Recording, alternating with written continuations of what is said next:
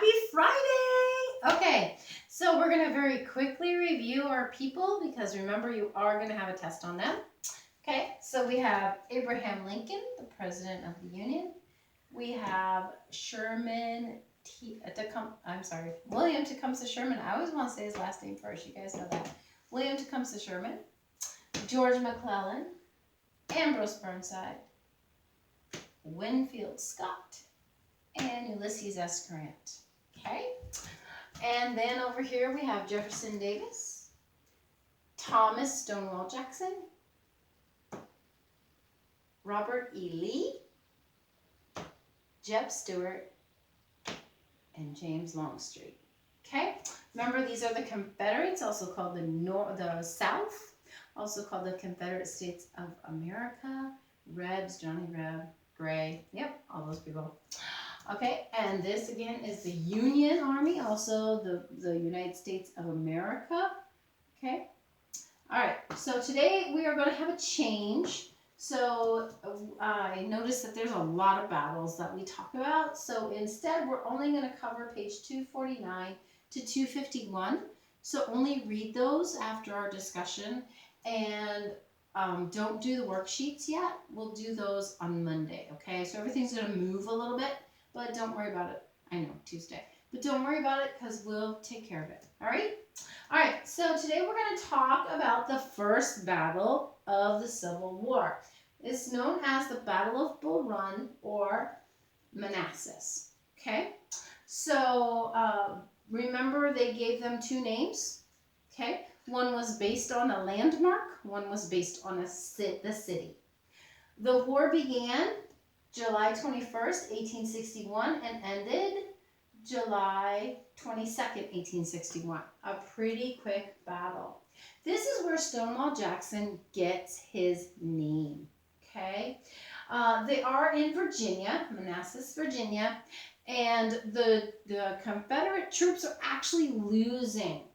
And Stonewall Jackson stands firm, and another general again says, "Look at him. He is standing like a stone wall." And he is actually instrumental in winning this battle for the Confederacy.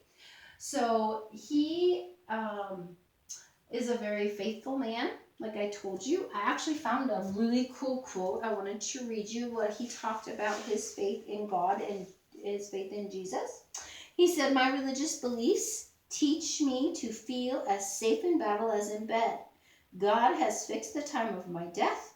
I do not concern myself with that, but to be always ready whenever it may overtake me, that this is the way all men should live, and all men would be equally brave." Okay, so he did not take credit for his bravery of standing as a stone wall. He gave that glory to God because he felt that he was not scared because God was taking care of him. Just like we shouldn't be scared because God is taking care of us. Even though we have this coronavirus thing going around, God is taking care of us, just like God took care of Stonewall Jackson way back in the 1800s, because God is the same. Yes? Okay, so the South won that battle. McClellan, remember we talked about him, so he has become the general of the Union Army by this time, and he's really great at training his men. He taught them to march and shoot and formation and all those wonderful things, but when it came to battle, he was a little slow. Okay, so he started to go and attack Richmond, but along the coast, but he was kind of slow, and again, it looked like they were winning, but Stonewall Jackson held firm, and then, wouldn't you know it, a whole train of Confederates showed up to help reinforce the Confederate Army. So, McClellan ended up leaving. Okay? All right, so some of the battles of the Civil War actually don't have names, so we just call this the West. Okay? So this is where Ulysses S. Grant fired upon the fort, and he was able to capture the fort and thousands of men inside. And again, that's where he received his Unconditional Surrender Grant nickname. There was also a big battle for the Mississippi River. Because remember we talked about at this time, they don't have cars and trucks and planes, right? They move the supplies up and down the Mississippi River. So a very important place was called Corinth, Virginia. Kind of like Corinthians in the Bible, yeah? Corinth, Virginia, that was their main railroad place for the Confederacy. That's where the railroad and the Mississippi River met. So the boats would come, they'd offload the cargo onto the onto the train, and they would take it to wherever it needed to go. So this is like a super important place to have. And so they were fighting for that. Okay. Let me check something here real quick.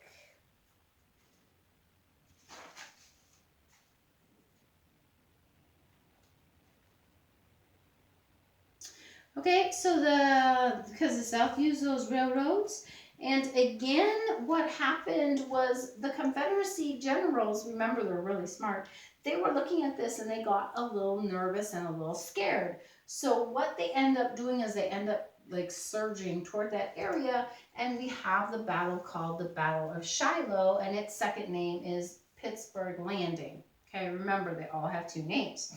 So this battle occurred to try to save the railroad area and to try to push back the Union. And it started on April 6, 1862, and it ended on April 7th of 1862.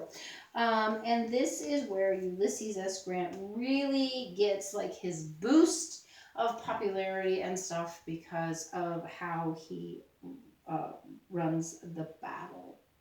A lot of people died. Thousands of people died. But the Union Army actually ends up winning this battle, but it's at a great cost of human life, this battle.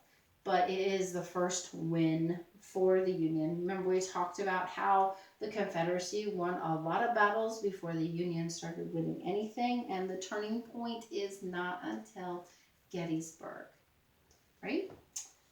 Okay, so what I want you to do is I want you to read some more about McClellan and his attack on Richmond. And I want you to read the battle in the West as well as Shiloh. So that is going to be reading pages 249 to 251.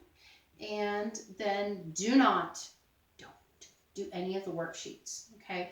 We will take care of them on Monday when we read our next section. All right? Thanks so much. Have a great day. Bye.